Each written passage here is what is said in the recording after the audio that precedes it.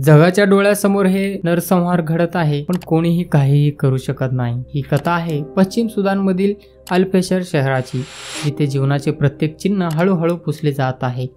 18 महिन्याचा वेढा घातल्यानंतर आता प्रश्न उद्भवतो, सुदान स्वतःला वाचू शकेल का नाही? का ते पुन्हा एकदा इतिहासातील सर्वात भयानक अध्याय बनेल? अल-फेशरमध्ये काय घडले आणि सुदानमधील परिस्थिती इतकी भयानक का आहे ते जाणून घेऊयात। हजारो लोकांचा मृत्यू झाल्याची भीती आहे। रॅपिड सपोर्ट फोर्स म्हणजेच RSFने शहर ताब्यात घेतल्यावर नरसंहार सुरू झाला। 18 महिन्याच्या नाकेबंदीनंतर रविवारी अल-फेशर RSFच्या हाती लागला, ज्यामुळे लाखो लोकांना अन्न आणि औषध पुरवठा खंडित झाला। संयुक्त राष्ट्राच्या मते अल-फेशर गेल्या 2.5 वर्षापासून गृहयुद्धाच्या आगीत जळत आहे, ज्यामध्ये 40,000हून अधिक लोक मरण पावले आहेत आणि 1.2 कोटी लोक हे विस्थापित झालेले आहेत। सुदानमधील RSFने सत्ता का घेतली, त्यामुळे काय घडले आणि सुदानमधील परिस्थिती की भयानक का आहे ते जाणून घेऊया।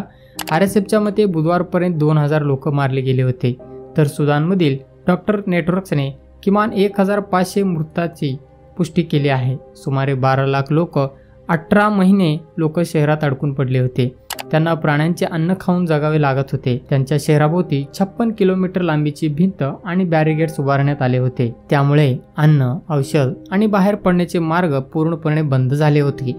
सोशल मीडियावर फिरणाऱ्या व्हिडिओमध्ये RSFचे सैनिक लोकांवर गोळ्या घालताना दिसून येतात आणि लोकांचा छळ करतानाही दिसून येतात। हे व्हिडिओ आणि रेकॉर्ड्स शेअर करत संयुक्त राष्ट्राच्या मानवाधिकार कार्यालयाने म्हटले आहे की RSFच्या हल्ल्यातून पळून जाणाऱ्या लोकांना जागीच गोळ्या घालण्यात आला आणि त्या हत्यामध्ये जातीय द्वेषाचे स्पष्ट संकेत दिसून येतात। सॅटेलाइट फोटोने पुष्टी केली असता जमिनीवर लाल रक्ताचे डाग आणि मृतदेहांचे ढीग हे लोकांना एका हत्याकांडात पुरावे आहेत, जे जुनी फोटोमध्ये दिसत नव्हते। संयुक्त राष्ट्राच्या मते फक्त 2 दिवसात 26,000हून अधिक लोक अल-फेशरमधून पळून गेले आहेत।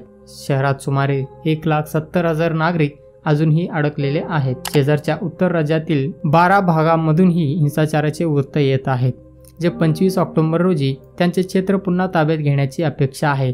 मानवाधिकार कार्यकर्ते आणि नागरिकांवर हल्ला झाल्याचाही दावा रेड क्रॉस आणि रेड क्रेसेंट सोसायटीने केला आहे।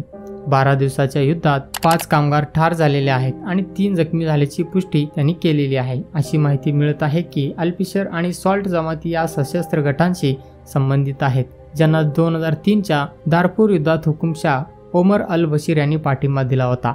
या जमातीवर मलेशियामध्ये 1 लाख ते 3 लाख लोक मारल्याचा आणि 25 लाख लोकांचा बळी घेतल्याचा आरोप आहे। RSFला फंडिंग आणि आर्म सपोर्ट हे UAE करत आहे, अशा प्रकारची माहिती भेटत आहे।